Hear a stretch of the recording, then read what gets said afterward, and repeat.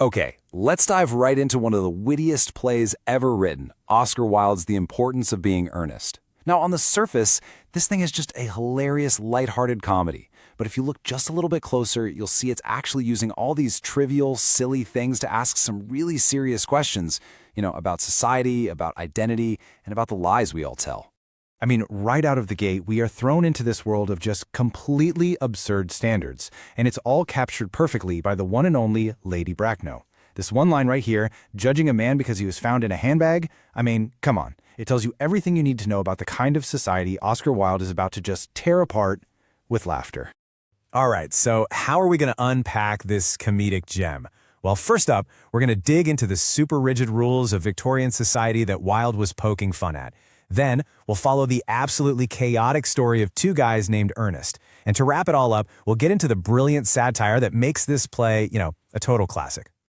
Okay, first things first. We have to understand the world Wilde was going after. See, this play isn't just some simple, silly farce. Oh no, it's more like a surgical strike on the rigid, super moralistic, and, deeply hypocritical society he was living in. So, Oscar Wilde, he was this artist who was all about art for art's sake. And that totally flew in the face of the Victorian idea that art had to teach you some kind of moral lesson.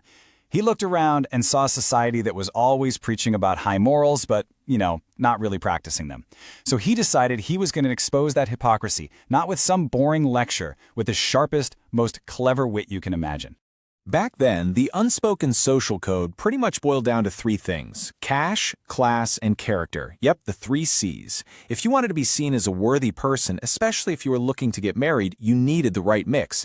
But, and this is the key part, as the play hilariously shows, the order really mattered. And it was almost always cash, then class, and then, way down the list, character. Okay, so that brings us to the plot itself, which is, wow, just an absolute masterclass in comedy. It's this wild, tangled web of lies, secret identities, and of course, love. But it's really about the pursuit of marriage, which, in this world, is way less about romance and way more like a business deal. So let's meet our main character, John Worthing. He goes by Jack when he's in the country. And this guy is leading a total double life. See, to get away from the boring, respectable duties of being a guardian to this young woman, Cecily, he just invents a wicked, troublemaking younger brother named Ernest. This completely made-up brother is basically his get-out-of-jail-free card to escape to London and have some fun. So while he's in London pretending to be Ernest, Jack falls for the lovely Gwendolyn Fairfax and he proposes. Great, right? Wrong. His whole plan slams into a brick wall, and that brick wall's name is Lady Bracknell, her mother. Her interview with Jack has nothing to do with love. It's all about his money, his property, his family tree. And when Jack admits he doesn't have a family and that he was, found in a handbag, she just shuts him down. Instantly. It's just not a good look, apparently. And this is where all the lies just spectacularly collide. So, Jack's friend Algernon decides to secretly go to Jack's country house and pretend to be the fake brother Ernest. At the very same time, Jack comes home wearing all black, totally ready to announce that his poor, dear brother Ernest has died. And just to make things even crazier, Gwendolyn shows up thinking she's engaged to Ernest, and right behind her, Lady Bracknell. It is an absolute perfect storm of hilarious confusion. But hold on, Jack isn't the only one living a double life. Turns out his friend Algernon has his own little scheme for ducking out of social events. It's actually so well practiced that he's even given it a special name. He calls it Bunburying. And it's so much more than just a simple lie. You could almost call it a creative, active rebellion. Think about it. In a world that forces you to go to all these boring dinners and parties, inventing a perpetually sick friend named Bunbury is Algernon's ultimate escape hatch. It's his ticket to freedom. Okay, so beyond all the crazy deceptions and the social commentary, the play's single most brilliant joke, its central pun, has been hiding in plain sight this whole time, right there in the title. So get this, it turns out that both Gwendolyn and Cecily, our two heroines, have the exact same weird obsession. They are completely fixated on the name Ernest. They think it sounds thrilling and trustworthy, and they both say there's no way they could ever love a man who had any other name. Seriously. And there it is. That's Wilde's genius pun.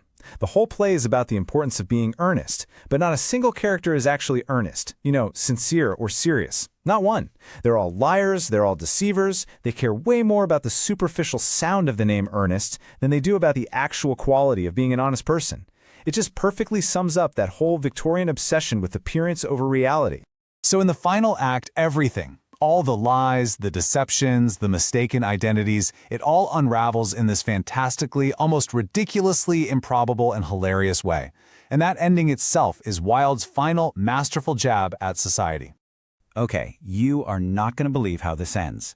Through this unbelievable chain of coincidences, it involves a governess and, yes, that famous handbag, Jack discovers he's actually an aristocrat. Not only that, he's Algernon's long-lost older brother. And the final miraculous twist? His real christened name actually is Ernest. It's this absurdly perfect, neat and tidy conclusion, which is itself a satire. Wilde is making fun of the fake, contrived happy endings you'd see in other Victorian stories. That's why the subtitle is a trivial comedy for serious people. It's a silly story that's telling some very serious truths. And in the end, the play leaves us with a question that feels, well, just as relevant today as it was back then, right?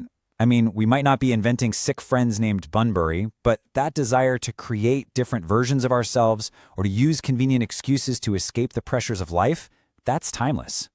In a world full of curated social media profiles and different online identities, it kind of makes you wonder, maybe we're all Bunburying now?